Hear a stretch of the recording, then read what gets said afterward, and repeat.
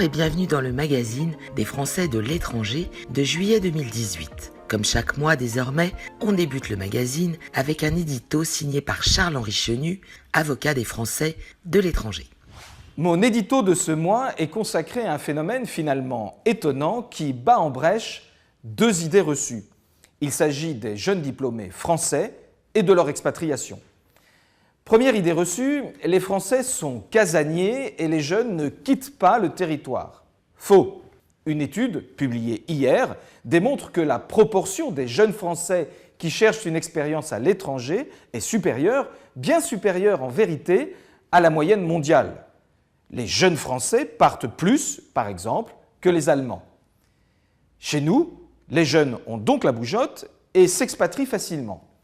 Autre nouveauté qui ressort de cette étude, les pays choisis en premier sont les destinations francophones. La Suisse et le Canada passent en tête du classement et les États-Unis, qui occupaient la première place, rétrogradent en bas du podium. Seconde idée reçue, aujourd'hui, ceux qui s'expatrient le plus sont les jeunes diplômés. Faux. Et le phénomène est très récent. Ce qu'on constate, c'est que si les jeunes diplômés partent en nombre, ils partent de moins en moins. Une baisse significative depuis un an, confirmée par Cadre Emploi et la conférence des grandes écoles. La raison, peut-être, c'est l'amélioration de la situation économique en France et le très faible taux de chômage des cadres. Les pays étrangers ne deviennent plus alors une fuite en avant pour trouver son premier job et la France redevient attractive. Voilà qui redessine le paysage des Français de l'étranger dont notre communauté ne cesse d'évoluer et augmente chaque année de 5 à 7%. Cette autre France, c'est une vraie dynamique, une chance pour notre pays. Les autres sujets de ce mois dans notre magazine, d'abord les boursiers d'excellence mis à l'honneur par notre gouvernement, puis les coûts de la vie comparés, ville par ville, à l'étranger, et enfin l'attribution des bourses scolaires et les démarches à entreprendre dès à présent. Le Quai d'Orsay a accueilli le 13 juin dernier les boursiers d'excellence major de la promotion 2013-2018. Piloté par l'AEFE et doté d'un budget annuel de 7 millions d'euros, ce programme alloue chaque année environ 200 bourses. Au total, ce sont plus de 800 étudiants de près de 80 nationalités différentes qui sont soutenus pendant 5 années d'études exigeantes en France, généralement jusqu'au niveau Master 2. News 21 était présent, on regarde tout de suite le sujet réalisé à cette occasion.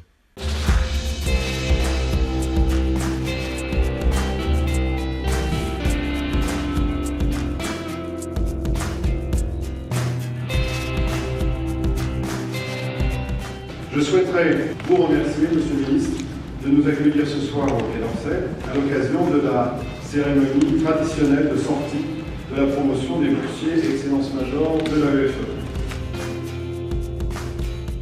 Chers boursiers, tous autant que vous êtes, dans la diversité de vos parcours, dans la diversité de vos origines, vous êtes venus en France pour y mener de brillantes études.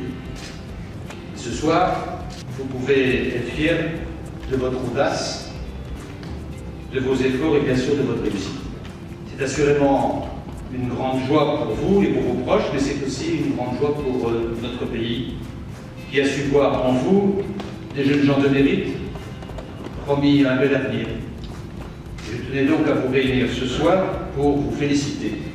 Vous n'êtes que 150 à avoir été choisis sur des critères d'excellence académique parmi les meilleurs bacheliers étrangers pour entrer dans le programme des boursiers Excellence Majeure.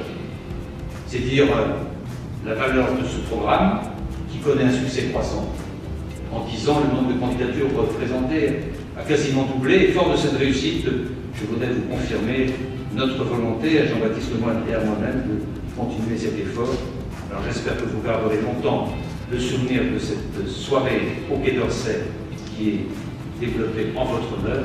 Et je vous souhaite à toutes et à tous une bonne chance pour votre avenir. Merci.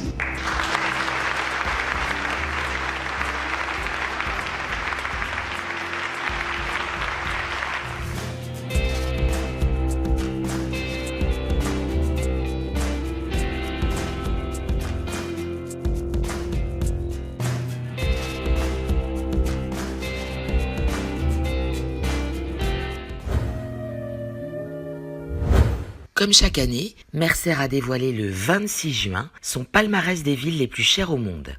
Dans cette étude, le coût de vie, incluant notamment les coûts liés au logement, au transport, à la nourriture, à l'habillement, aux loisirs, aux appareils ménagers, est donc comparé dans 200 villes du monde, avec New York en guise de référence.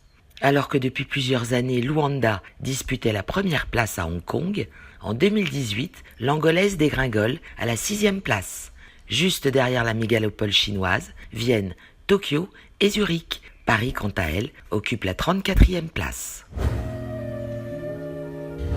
Toujours à propos de bourses, la Commission nationale des bourses scolaires, qui s'est réunie en juin, a validé les propositions des conseils consulaires et ainsi accordé 22 109 bourses tant aux élèves scolarisés dans des pays de rythme nord avec une rentrée scolaire en septembre que de rythme sud avec une rentrée scolaire en janvier. Aussi, si vous vous installez cet été à l'étranger et que vous envisagez de demander une bourse pour vos enfants français scolarisés dans un établissement d'enseignement français, pensez à déposer vos dossiers dès le mois de septembre afin qu'ils soient examinés lors des commissions d'octobre. Surtout, inscrivez-vous dès votre arrivée à votre consulat afin de pouvoir effectuer cette demande. Pour en savoir plus sur ce dispositif, rendez-vous sur diplomatie.gouv.fr. Si vous avez un déménagement prévu dans les prochaines semaines, n'hésitez pas à faire appel à un déménageur soucieux de la qualité de l'environnement et faites appel à la société Bailly Déménagement. Demandez un devis gratuit en ligne en vous connectant sur déménagement-bailly.com/devis. Merci de nous avoir suivis.